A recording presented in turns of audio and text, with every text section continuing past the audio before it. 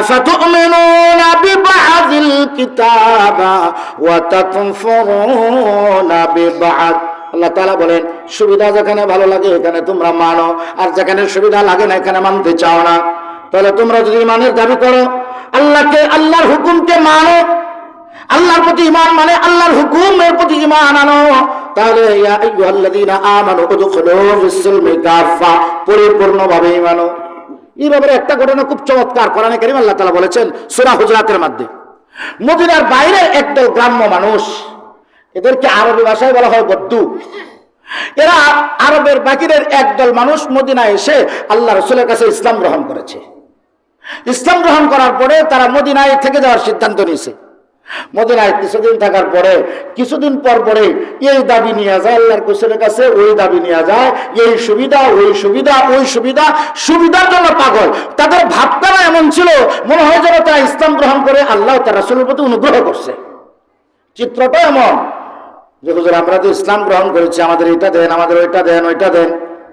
ভাবনা এমন, ইসলাম গ্রহণ করে যেন তারা আল্লাহ ও তার রাসূলের প্রতি বড় অনুগ্রহ করেছে। আল্লাহ পাক তাদের ব্যাপারে বলেছিলেন, ওয়াকালাতিল আ'রাবু আমান্না কুল লাম তু'মিনু। আল্লাহ পাক বলেন, এই যে গ্রাম্য মানুষগুলো, অনেক ক্ষেত্রে গ্রামের মানুষ তো সহজ সরল হয়, সিধে সাদা হয়, এটা মুমিনের স্বভাব। সহজ সরল হওয়া, সিধে সাদা হওয়া, এটা মুমিনের স্বভাব। কিন্তু অনেক মানুষ দেখবেন লেখাপড়া কিচ্ছু জানে না মোর কাছে, কিন্তু এক পাড়ার পেজ 10 গ্রাম মাখায় রাখছে, আছে না নাই? এরকম মানুষ আছে না? আপনাদের এলাকায় না থাকতে পারে, ভালো মানুষ আপনারা, আমাদের এলাকায় খুব আছে, আমরা দেখি পড়ালেখা কিচ্ছু জানে না, কিন্তু মাতাব্বরির মধ্যে 1 নম্বর। 1 গ্রামের পেজ 10 পাড়া বিল্লা লাগায় রাখে, আছে না নাই? এরা স্বভাবের দিক থেকে অনেকটা এরকম ছিল ওই বৌদ্ধ মানুষগুলো।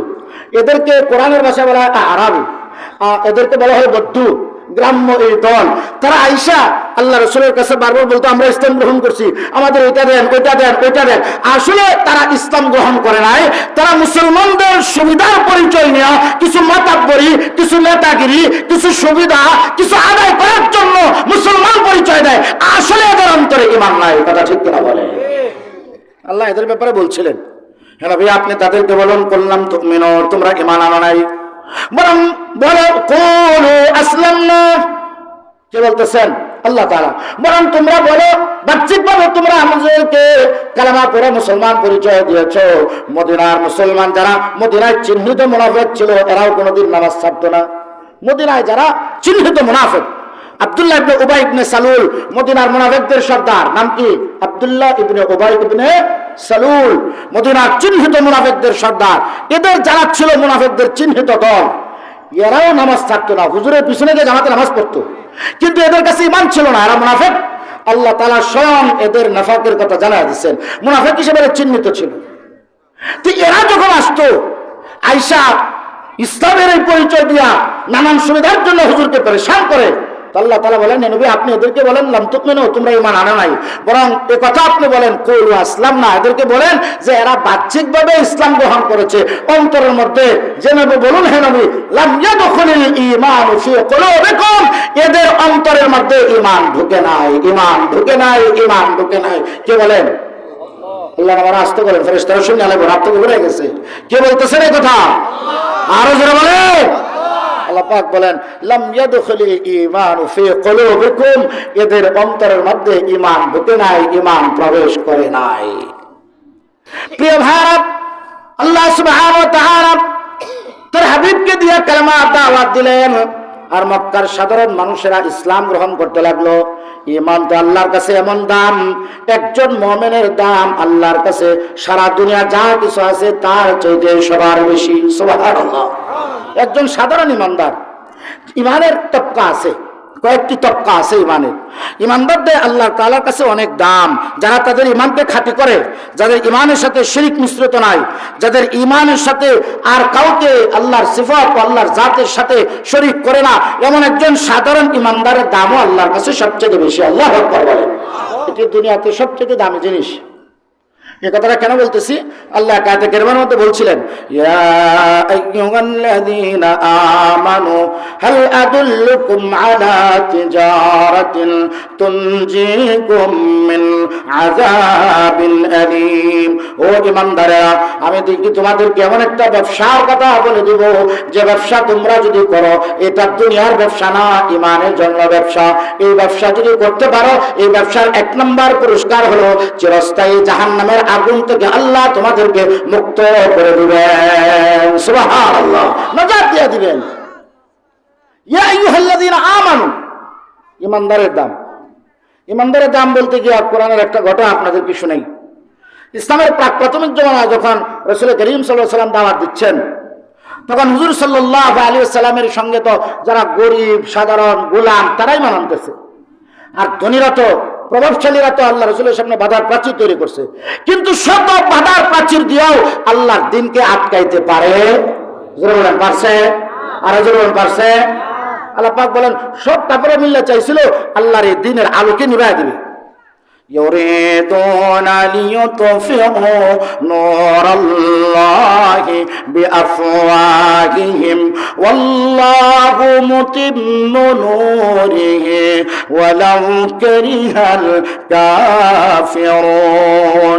আল্লাহ তাআলা বলেন, ও নবী, মক্কার এই সব কাফেররা মিলে চায় ঈমানের এই নূরকে তারা ফুটিয়ে নিভাইয়া দেবে। জেনে রাখুন, বাধার শত প্রাচীর তৈরি করলো, ঈমানের এই নূরকে কোনো ক্রমে আটকাতে পারবে না। আল্লাহু আকবার। তো মক্কার কাফেররা অত্যাচার, অবিচার, নিষ্ঠুরতা চরম সীমা অতিক্রম করেছে, এরপরও আল্লাহর দ্বীনকে আটকাইতে পারে নাই। আল্লাহু আকবার। কিন্তু অবশ্যই মক্কার কাফেররা নানান প্রস্তাব দিচ্ছে আল্লাহ রাসূলের কাছে। তারা রাসূল করিম সাল্লাল্লাহু আলাইহি ওয়াসাল্লামের কাছে আজীব আজীব প্রস্তাব দেওয়া শুরু করলো। তারা বলতে শুরু করলো, হে মুহাম্মদ, তুমি তো বলতেছো এক আল্লাহর ইবাদত করার জন্য, একজন মাত্র আল্লাহর ইবাদত করার জন্য, তো আমরা এতগুলো ক্ষুধা, আমাদের বৃষ্টির এক ক্ষুধা, বরকতের এক ক্ষুধা, রিজিকের এক ক্ষুধা, বিপদ আপদ থেকে বাঁচানোর জন্য এক ক্ষুধা, এক একজনের এক এক ক্ষুধা, 33 কোটি দেবতা তাদের। মক্কার কাফেররা বলল, হে মুহাম্মদ, এত ক্ষুধা থাকার পরেও আমাদের মক্কার অভাব দূর হয় না, তুমি বলো এক আল্লাহর পরিমাণ আনলে এক আল্লাহ এত অভাব কেমনে দূর করবে আমাদের? দেখছেন কথাটা তাদের, এত দেবতা। একদিন একবার এক ব্যক্তি একটা মূর্তি নিয়ে হুজুরের সামনে ফিকে মারছে। এটা হাত ভাঙ্গা, গাড় ভাঙ্গা, কোমর ভাঙ্গা, আডু ভাঙ্গা। হুজুর দেখে একটা মুস্কি হাসি দিচ্ছেন যে হুজুরের দাঁত মোবারক বেরিয়ে যেছে, সেরকম একটা মূর্তি এটা ফেলাই দিচ্ছে। হুজুর জিজ্ঞেস করছেন, এটারই দশা কেন? লোকটি বলে, ইয়া রাসূলুল্লাহ, আমি তো এইটার উপর ঈমান আনতাম, আমি ভাবতাম এটা আমাকে সর্ব অবস্থায় মুসিবত থেকে বাঁচাবে, এই জন্য খোদাটারে আমার সঙ্গে সঙ্গে রাখতাম, আমার চাদরের নিচে যত্ন করে। রাস্তাঘাটে আপদ বিপদ মুসিবত হলে খোদা আমারে বাঁচাবে। তো একদিন চলতে চলতে আমার কাজে 1000 টাকা দিছে, তা আমি ভাবলাম আগামতার কাজের মধ্যে আমি আমার খোদারে লইবই কেমনে, এই জন্য যত্ন করে একটা উচ্চ জায়গায় আমার খোদারে রেখে গেছি। আর গেছি পায়খানা করে, আসছি বাথরুম করে, কাজে হাজার সেরা আয়সা দেখে আমার খোদারে ছুঁয়ে গেছিলাম শুকনা, আয়া দেখি কে ভিজায় রাখছে। কে ভিজায়? কুত্তা যাওয়ানোর সময় তো পাইছে, ঠেঙ্গা কান তুলে ইচ্ছা মতো গোসল করাই দিছে। এটা কুত্তার স্বভাব। আমার গাড়িটা মাদ্রাসা অফিসের সামনে রেখে একদিন খালি রাইকা অফিসে ঢুকবো, এই সময় আয়ে সারিয়ে দিয়ে ঠেঙ্গা কান তুলে গাড়ির মোটার মধ্যে বাপ তুলছে। এই কুকুরটাকে পেশাব করে ভিজায় দিছি। আমি ভাবলাম আমি আসার আগে আমার দেবতারে কে গোসল করাইলো, টান দিয়ে নি খেদিকে তো জানা তো পানি না, এটা কুত্তার মুতের দাঁড়াতে পানি, কুত্তার পেশাবের দিয়ে গোসল করাইছে। তা আমি এটা দেখে আমার সঙ্গে সঙ্গে বুঝে আসলো, এই সাধারণ একটা মূর্তি যে তার নিজেকে বাঁচাতে পারে না, এটা তো কোনোদিন খোদা হইতে পারে না, এটা আস্থা বেহুদা ছাড়া আর কিছু না। কথা ঠিক কিনা বলেন? যে সাধারণ একটা কুত্তার পেশাব থেকে নিজেরা বাঁচাইতে পারে না, আমার মুসিবত থেকে কি করে বাঁচাবে? এটা তো খোদা তো নাই, এটা একটা আস্থা বেহুদা। এই জন্য এটা আসার দিয়ে দশা করছে হুজুর। আসার দিতে দিতে কোমর ভাঙছে, মাথা ভাঙছে। বলেন, ইয়া রাসূলুল্লাহ, আমি আমার চোখ খুলে গেছে, এই অন্ধকার জগতে আর নয়, আপনি আমার পড়ায় দেন লা ইলাহা ইল্লাল্লাহ মুহাম্মাদুর রাসূলুল্লাহ সাল্লাল্লাহু আলাইহি ওয়াসাল্লাম। তো মক্কার কাফেররা আল্লাহ রাসূলের সামনে বলল যে আপনি যে এক খোদার কথা বলেন, তো আপনার খোদার একটু বলেন যে আমরা এই যে এই মিশর কি প্রাচীন সভ্যতার দেশ, কত খাল বিল নদী নালা, কত আবাদ ভূমি আছে। আমরা মক্কা আল্লাহর ঘরের পাশে থাকি, আমাদের শহরটা পাহাড়ে ঘেরা, না আমরা কোনো আবাদ করতে পারি, না আমাদের শহরটা বড় হয়। তো তোমার খোদারে বড় পাহাড়গুলো সরাইয়া দেয়, শহরটা যেন একটু বড় করে দেয়, আর মক্কার মাঝখান দিয়ে যেন একটা খাল বিল তৈরি করে দেয়, আমরা যেন কিছু আবাদ করে খাইতে পারি। দেখছেন তাদের আবদারটা। আল্লাহ হাবিব শুনে বললেন, শুনে রাখো, আল্লাহ তাআলা এই সমস্ত আবদার পূরণ করার জন্য আমাকে পাঠাই নাই। আবার আল্লাহ আমাকে যে কালেমার দাওয়াত দিয়েছেন, ওই দাওয়াত আমি মানুষদেরকে দিতেই থাকবো। আল্লাহু আকবার।